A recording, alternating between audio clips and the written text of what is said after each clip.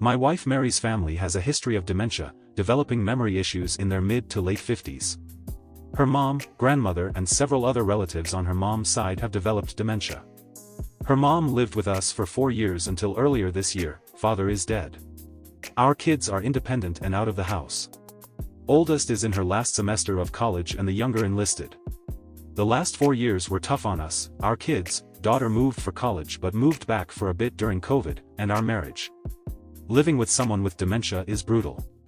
We had talked a lot the last year about taking the remaining college funds, our regular savings, sell or rent the house. We were ready to downsize anyway, quit our jobs and travel for a year or until the money runs out.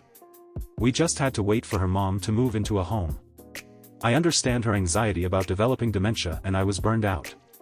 You live through COVID working remote, a wife working remote, a college and high school student taking remote classes, and a MIL with dementia and see how you hold up. Space finally opened up and we were able to move her mom into a care facility. I finally thought I had a chance to breathe. When we moved Mary's mom out, Mary's mental health took huge downward spiral.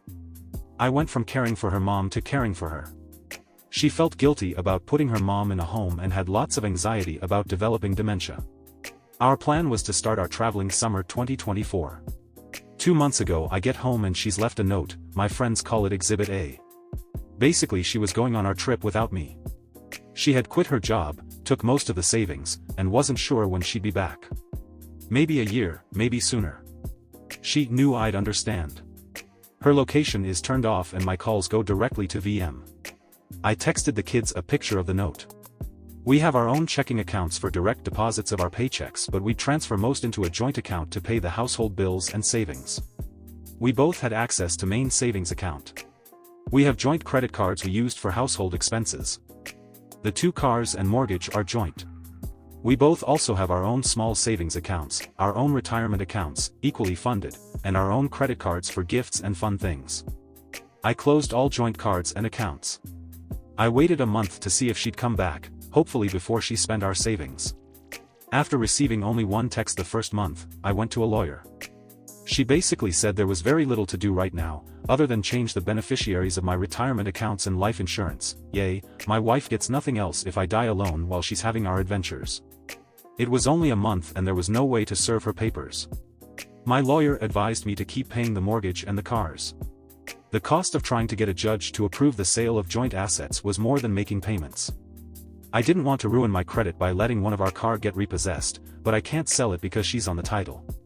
I get random texts and she sporadically posts on Instagram. Of course she has comments turned off.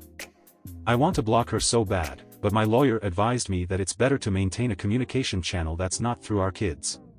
Her last post was from Hawaii. She put in the comments how great a husband I was for letting her take this trip. I'm barely making it paying 2 cars, a mortgage, household bills, insurance, hoping there are no emergencies because I have no savings, and she's enjoying our trip. I'm so pissed at her. I helped take care of her mom for 4 years, and her when she fell apart after her mom moved into a memory care home, and she returns the favor by abandoning me. I'll never get to take this trip and have to put off retirement. My only solace is the kids are pissed at her, but they'll probably forgive her eventually. Double F her. I'm no fool, she's hooking up with guys. She looks good, she'll have zero problem getting men. I texted her and asked if she was sleeping around. A week later she responded that she wasn't sure, so I'm drinking alone on a Friday night and she's somewhere, probably on a beach, enjoying life. Edit 2, my lawyer has given me a bunch of advice and options. It was just way more than I could possibly include in this post that I could definitely push the issue harder, and I might need to at some point, but all that work is very expensive. Finding her, serving her, getting a judge to sign off, that's not cheap. I'm following up soon and I plan on talking about the savings and my finances. Until I paid all the bills and realized how little was left, it didn't hit me that I had to worry about money. Relevant comments. Comment 1. Thanking you for letting her take this trip is basically her saying, when I get through living the single life, I'll be coming back to the comfort and security of married life. When she returns, I'd say, welcome home, here are your walking papers. OP's response, she 100% is under the delusion that she's coming back to a marriage. She's had a few conversations with our daughter and she's convinced I'll understand and forgive her. Comment 2, tell your daughter to pass along the message that you're filing for divorce for abandonment and see if this gets you some traction. I don't generally like the idea of going through kids, but they need to have your back on this. Maybe even tell her they'll cut her off as well if she keeps doing this to you and the family. Maybe even start posting about how she's living the good life and letting your friends and family know what kind of pickle this has put you in. Everyone probably assumes you're on board if you're not purposefully driving the true narrative. OP's response: she only hears what she wants. I asked her to send me an address to serve her papers. She only told me that we'll work it out when she comes home, the F we will. My daughter tells her all the pain she's causing, but she just says that she only has 5 to 10 years left until she gets dementia. It's impossible to know if she'll even develop dementia, but shouldn't she be spending this with her family? Update to an update from my original post. I'm feeling much more positive now that the financial situation has become a little more manageable. Basically, I'm running up debt that will get paid off when I sell the house. Even with lawyer fees, I have 6 to 8 more months before I have to worry about money, assuming there are no emergencies. My friend's wife gave me some good advice. Don't go from being a hero to a villain in your kids' eyes. How I talk about and treat my wife will determine my future relationship with my kids. I don't give a damn about my wife, but I don't want to make her a sympathetic figure or drive them away from both of us. I followed up with the lawyer. Basically, she said we're going to have her pay back the savings she took through a reduction in her share of the assets. Any division of assets will include the savings she took. She'll also have to repay the money I spent maintaining the household while she was gone. There is plenty of equity in her share of the house and her retirement plans to cover that.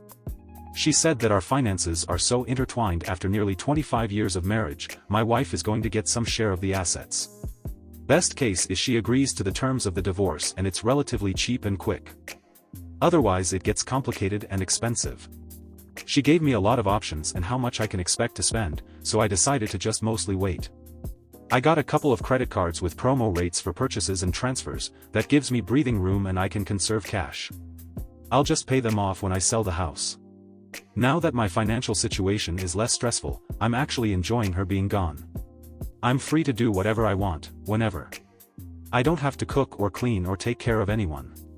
The house is quiet for the first time I can remember. I loved my wife, but her mental health weighed down our marriage. On balance, it was worth it until now.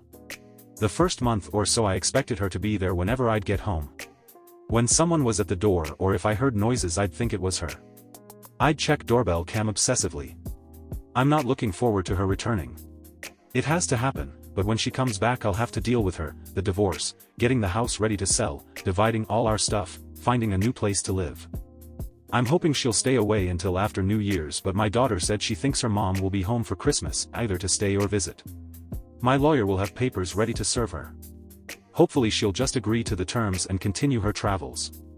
The community gave OP some great advice: renting or selling the house. Not really feasible right now since I'd have to fix some stuff and get it ready to sell. Rent. Since I need a place to live, the amount I net each month, rent, mortgage, rent on a new apartment, storage unit equals not worth it. My kids' rooms are still full of their stuff and I don't want to spend the time and effort to clear them out and put them in storage. Getting a helic. This was great advice. I didn't realize I didn't need both people to get a loan. If I need more money I can go this way. In the short term the promo rates on the credit cards were cheaper and easier than getting a helic. Serving my wife divorce papers or getting a divorce in absentia. This is something I might need to do eventually, but the cost and lawyer fees goes up exponentially in cases like this. I'm comfortable just waiting for now. Look at the phone bill to see where she's at and possibly going. I did look at her usage and did notice that she doesn't post on social media until after she leaves a place. Like when she posted about Hawaii, she made a call that day that originated in Los Angeles.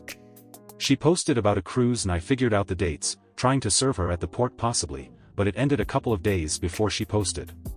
She tried adding international calling to her line, but I blocked it, so she removed her phone from our account. Relevant comments. Comment 1. Oh my gosh, I am infuriated on your behalf. The audacity of my husband is so great for letting me take this trip. The petty in me hopes she'll be home for Thanksgiving because I want her world to explode. OP's response: she's told her family she won't be home for Thanksgiving. Nobody told her my daughter and I are spending Thanksgiving with her family, though. She can see the posts of us having a good time without her. Comment 2. Please change the locks on the house so she can't just waltz back in while you are out one day. I'm so angry for you. I've been married for 23 years and if my husband did this to me, God help anyone between me and him. OP's response, she left her keys. I changed the code on the security system, the passphrase, and password. I also found a new hiding place for the emergency key we had in the backyard. Comment 3, so she's just going to blow through all the money and then assumes you'll take her back and care for her when dementia hits her? OP's response, seems to be her plan, but it's not mine. Update 2. Nothing much has changed. Went to the in-laws with my daughter for Thanksgiving. It went well, everyone was nice and tried to apologize for their daughter's sister cousin niece. I told them it's not their responsibility, I just appreciated them taking us in, it meant a lot to my daughter to be there. A couple days later I got a text from the wife that she'll be in town for Christmas. Lawyer said the papers are ready so she can be served. It's like a early Christmas gift. Thank you for joining me today. Don't forget to connect with each other in the comments below. Until next time, be kind, be curious, and I'll catch you in the next video. Until then, Corner Stories signing off.